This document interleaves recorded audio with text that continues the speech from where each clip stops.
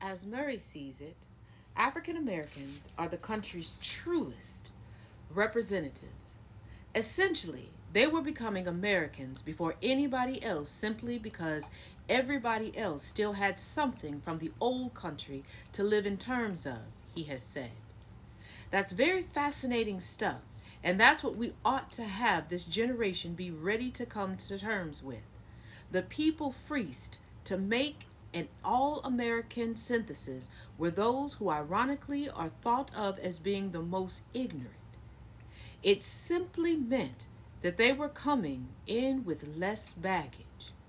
Murray viewed the degradation of slavery and the subsequent oppression of African Americans as actually having forged something heroic and life enhancing. This, he felt, was best exemplified in jazz and the blues. His 1978 study, Stomping the Blues, was called by the critic Stanley Crouch the most eloquent book ever written about African American music. When Count Basie selected Murray to collaborate on his life story, he said, "I wanted him because that's the way I would talk, if I could talk." Murray's prose was highly musical, influenced as much by Kansas City swing as by Joyce Faulkner and Hemingway. He loved the idea that Germany's Thomas Mann had used Wagner's compositions as a literary model. Coming from his own tradition, Murray fashioned a style that one reviewer described as replete with shouts and squalls and snickers, a gorgeous flaunting, rambunctious, rhythming prose that curls and sprawls and edges sideways.